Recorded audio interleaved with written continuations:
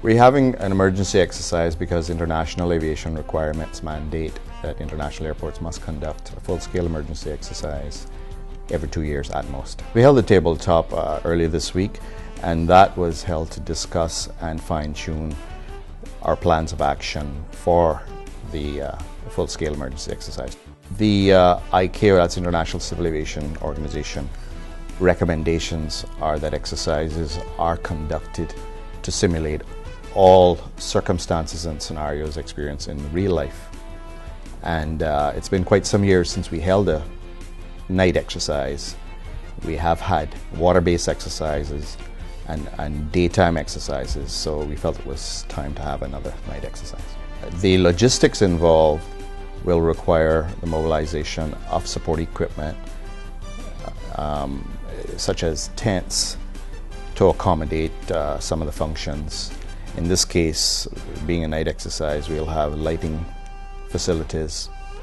And we've had the services of a gentleman called Jimmy DeLoach, who has been involved with the makeup for the Driftwood Zombie movie. He offered his services, and we will be having our participants, our volunteers, made up to show the realism of injuries and casualties suffered in an aircraft accident.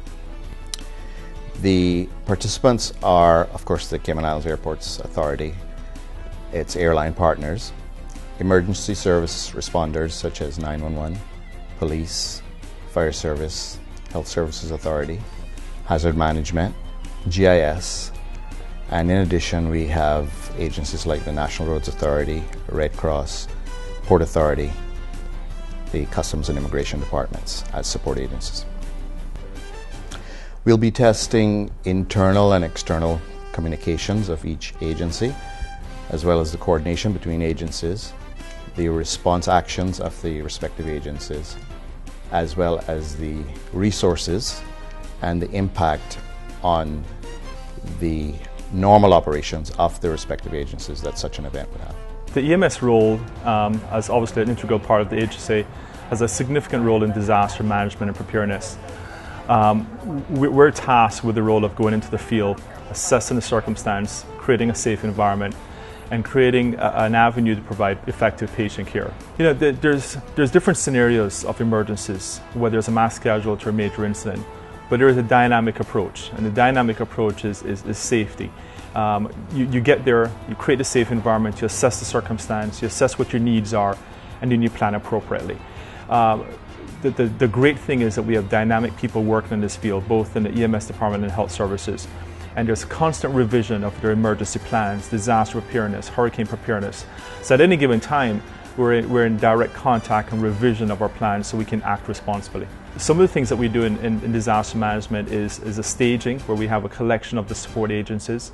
We then go in and have a triage system where we go in, sort our patients, we tag them, identify them. We then put them into categories of their urgency, whether they're red tagged, yellow tagged, green, or deceased. At that point, we then go over to our transport sector, which directly correlates with the health services based on what patients can move and where they can go to get the most effective care. So there's a slew of different stages that takes place in a mass casualty or disaster preparedness.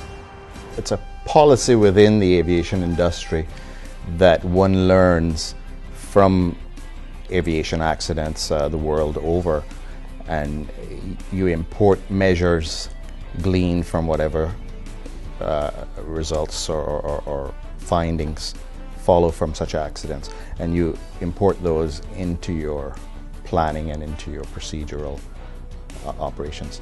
The physical changes are not necessarily the primary expectations of an exercise. Physical changes would apply regardless of an exercise.